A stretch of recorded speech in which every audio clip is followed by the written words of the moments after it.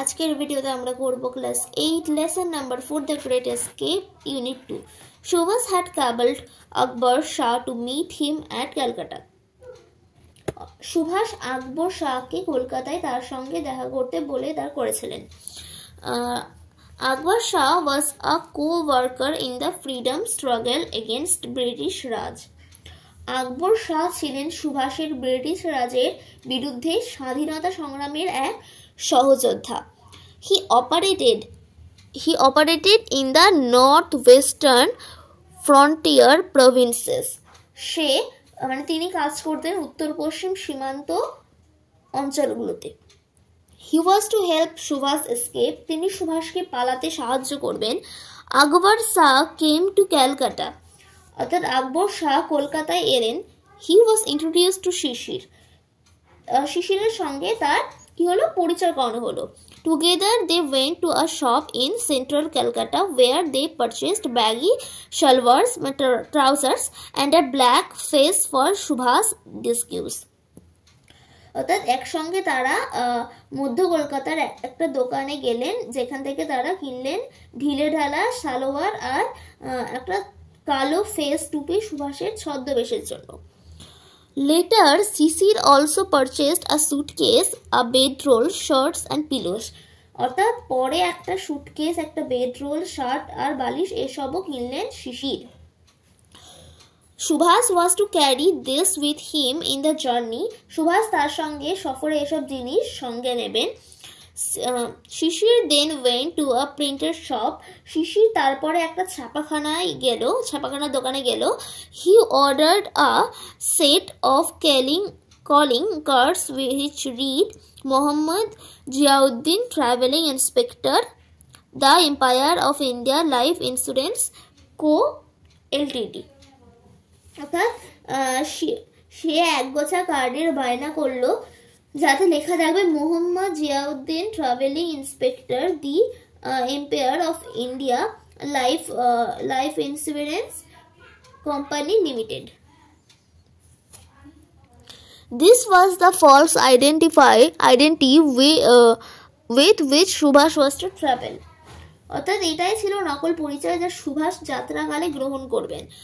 On 16th January 1941, Shishir finished his dinner early and drove to Elgin Road at around 8:30 p.m.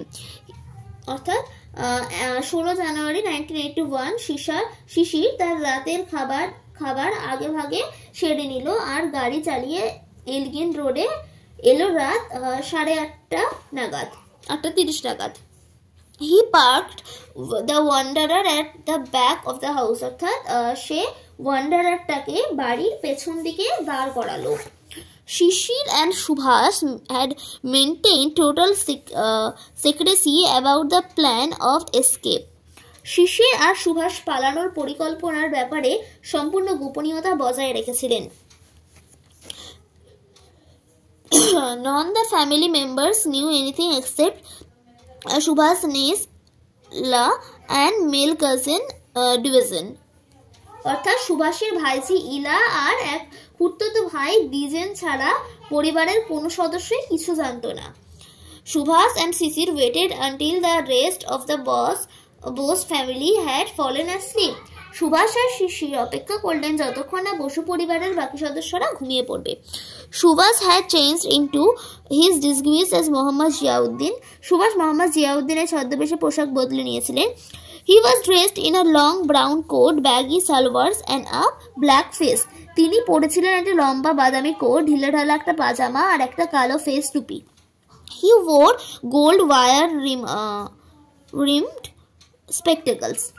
সোনার তারের বেড় দেওয়া চশমাও পরেছিলেন তিনি পরেছিলেন। It was 1:35 am. অর্থাৎ এটা ছিল তখন রাতের 1:30 বাজছিল, তখন রাত 1:30। The night was moonlit. অর্থাৎ রাত ছিল জ্যোৎস্নালোকিত। Dujen signaled from an upstairs window that no policeman was nearby. Dwijen দোতলা একটা জানালা থেকে সংকেত দিল যে কোনো পুলিশ কর্মচারী কাছাকাছি নেই। By day the policeman sat on a charpoy at the corner of Elgin Road and Woodburn Road. দিনের বেলায় পুলিশ কর্মচারী এলিগেন রোড আর উডবার্ন রোডের কোনায় একটা চারপায়ের উপরে বসে থাকতো। They paced up and down the street before Subha's house. অর্থাৎ সুভাষের বাসার সামনে রাস্তার এদিক থেকে ওদিক তারা পায়চারি করত।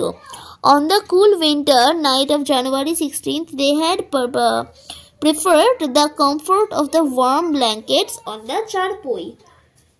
অর্থাৎ কিন্তু 16ই জানুয়ারি ঠান্ডা শীতের রাতে তারা চারপায়ের উপর উষ্ণ কম্বলের আরামকে বেশি পছন্দ করছিল। সো আজকের ভিডিওটা এই পর্যন্তই। নেক্সট দিন তোমাদেরকে অ্যাক্টিভিটিগুলোকে আমি সলভ করিয়ে দেওয়ার চেষ্টা করব।